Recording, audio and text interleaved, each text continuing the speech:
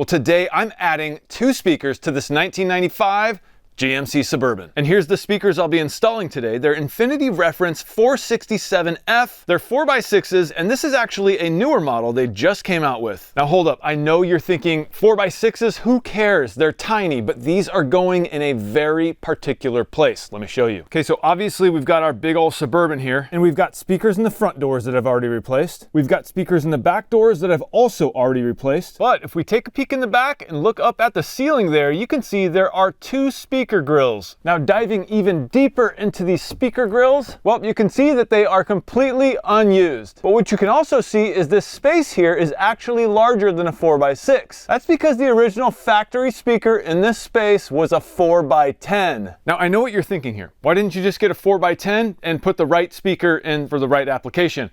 And that's because I just didn't want a 4x10 speaker. Not only are they very hard to come by, but I don't really feel like they sound too good. And the other thing you may be thinking is, hey, there's a lot of people who customize this to put a 6x9 in there, and I just didn't want to do all that cutting and trying to make that bracket, open enough for a 6x9 speaker, in which case you've got to cut so much of that bracket away that there is just like a little sliver of a piece left on the top and bottom. I didn't want to alter that bracket either. So the hope is, and I haven't even tried this, that a 4x6 speaker will fit in a 4x10 space. Seems like it would, right? They're both 4 inches tall, one's 6 inches wide, and the space is 10 inches wide. So why wouldn't it fit? Well, I guess we're gonna find out. Well, why don't we go ahead and open these up and see what's in the box. And, ooh, these are smaller than I was thinking they would be. There's one of the speakers.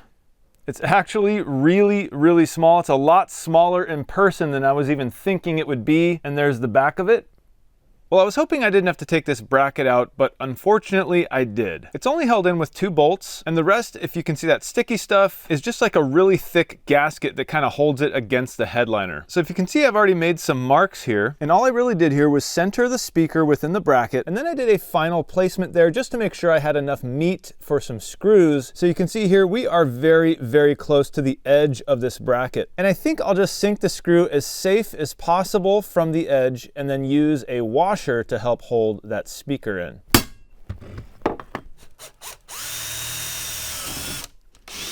And there's that hole. You can see it's pretty close to the edge, but I think that it's going to be okay. I've already pre-sunk these self-tapping screws just to make sure that I could do that without damaging the speaker.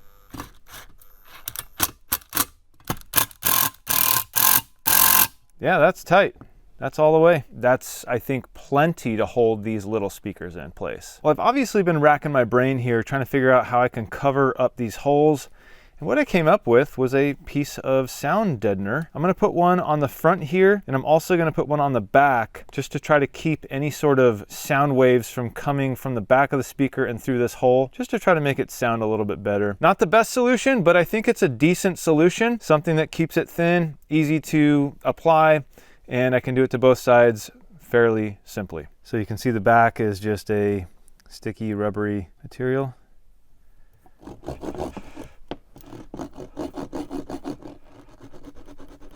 Okay, now we have part of that hole covered, and I'll go ahead and do the same thing to the rest of it. Okay, the other thing is, looking up into this hole, you can see the metal roof here, and I feel like I want to put some sort of insulation in here. So I think for that, I'll just start with this stuff here.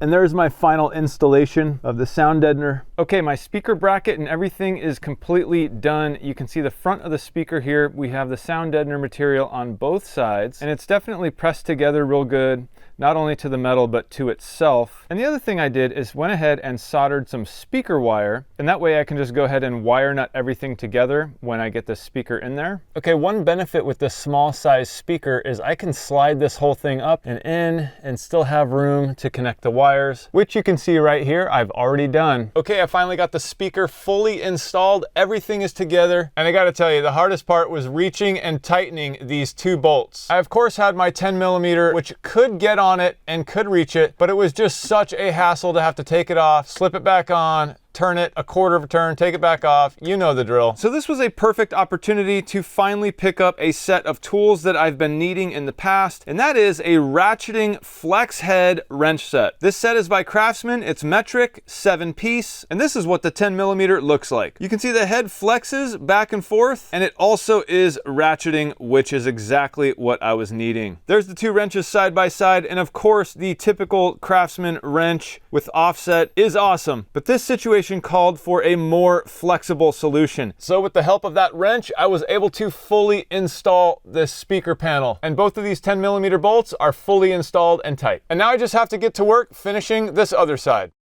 Right here. I'm sorry for this audio, but we're seeing the footage on my phone, and that's what you're hearing here on the fully installed speakers. Right away is to drain this power steering fluid. If we look down at those power steering lines right there, you can see one of them says pump and the other one says gear. So these speakers are fully installed and working properly. Well, I wasn't quite expecting to have to tear into this thing so much. I mean, really, it's not that big of a deal. It's certainly taken me some time to figure all of this out. It seems like it would be fairly simple, and really it is, but it just took me some time to figure out exactly how I wanted to mount these. You know, centering everything up, putting screws with washers to hold them in.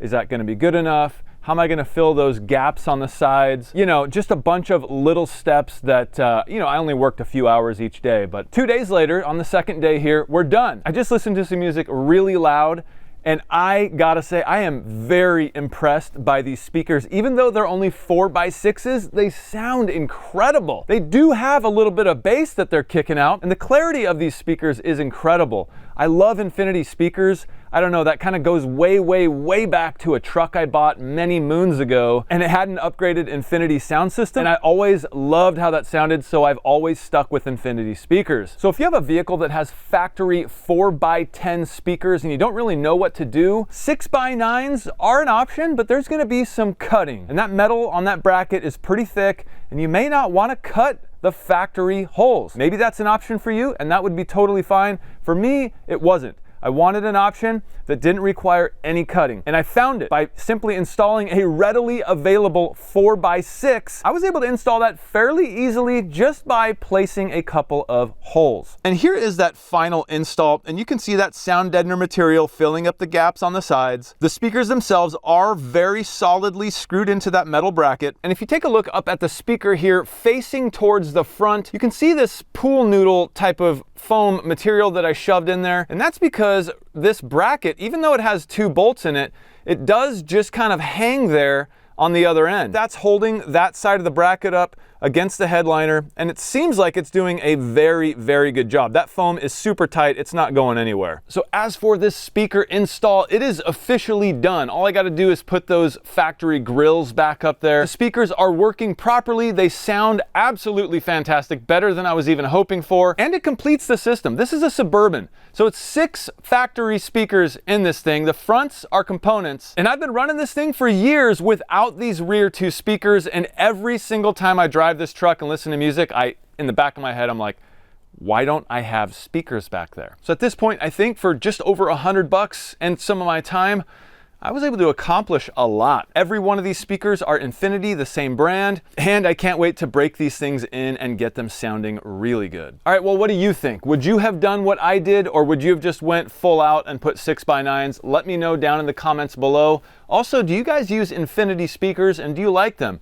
Let me know down in the comments below. Well, it's now that time to smash that thumbs up if you like this video. And hey, if you've watched this far and you're not a subscriber, consider subscribing.